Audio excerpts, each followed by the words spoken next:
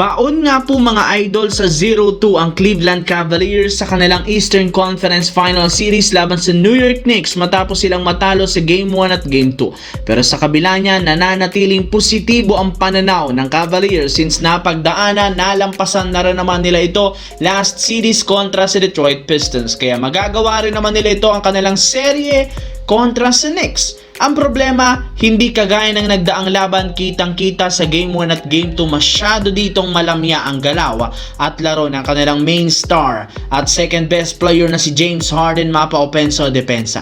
Hindi pa rin talaga pumapasok ang mga 3-point shooting nito plus hirap nga siya na bantayan ng mga malalaro ng Knicks. Kaya isang malaking katanungan, ano nga bang nangyari kay James Harden? Bakit bagsak ang kanyang kumpiyansa?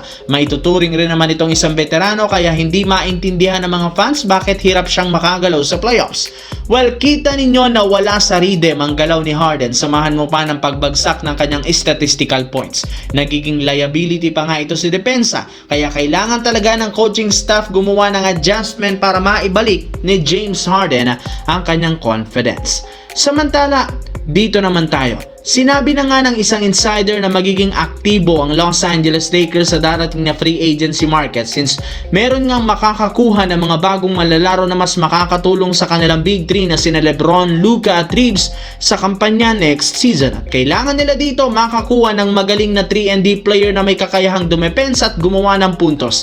At mukhang hindi rin naman sila mahihirapan na sa pagkuha ng ganitong klaseng player since mismong si Peyton Watson na ng Denver Nuggets ang kusang lumapit sa Los Angeles Lakers. Kita sa post ng Clutch Sport sa social media na nagpa-practice na nga si Peyton at nasa facility nga siya ngayon ng Lakers kung saan nakausap pa nito ang general manager na si Rob Pelinka. Para nga sa inyong kalaman, isa na nga free agent ngayong offseason si Watson kaya posibleng makuha ito ng Lakers kapag nagkataon na hindi siya pabalikin ng Denver Nuggets sa free agency. Taga Los Angeles rin naman si Watson kaya siguradong matagal na nitong gustong maglaro sa kanyang hometown team. Samantala, hindi katulad sa unang dalawang laro sa Western Conference, ginanap nga ang home court sa San Antonio Spurs para sa Game 3. Kaya expected llamado dito ang home team. Pero ang kaso, sa kabila niya nagawa pa rin naman silang masabayan ang defending champions sa umpisa ng laro. Sa katunayan, matapos ang ginawa nilang 15-0 run sa first quarter, dito na nga sila nagsimulang magka-problema.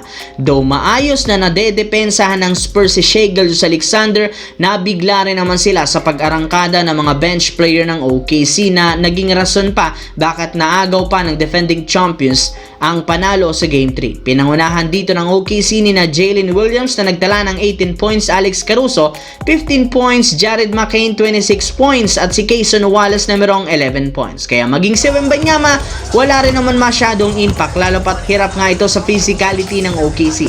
Dahil sa nangyari, nakuha ngang muli ng Thunder ang 2-1 na kalamangan at ang home court advantage sa kanilang serye.